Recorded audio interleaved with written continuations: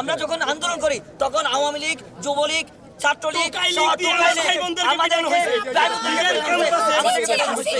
কিন্তু এখন আসলে পুলিশ কাদেরকে নিরাপত্তা দিতে আসছে?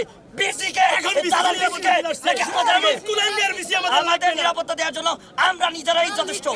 আমাদেরকে নিরাপত্তা দিতে পুলিশ আসতে হবে না। পুলিশ বিসি প্রক্টর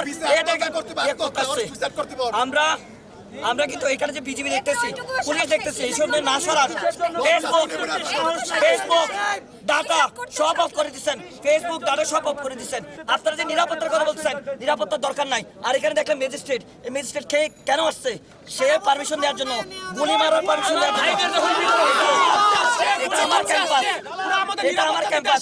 ম্যাজিস্ট্রেট আসছে সাইন করতে, ম্যাজিস্ট্রেট আসছে ভাই একেবারে সিম্পল।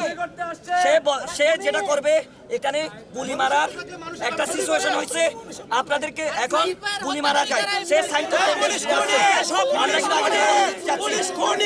আমরা সবাই মুখ পেতে দিয়েছি, এরা সব পুলিশ পেতে দিয়েছি।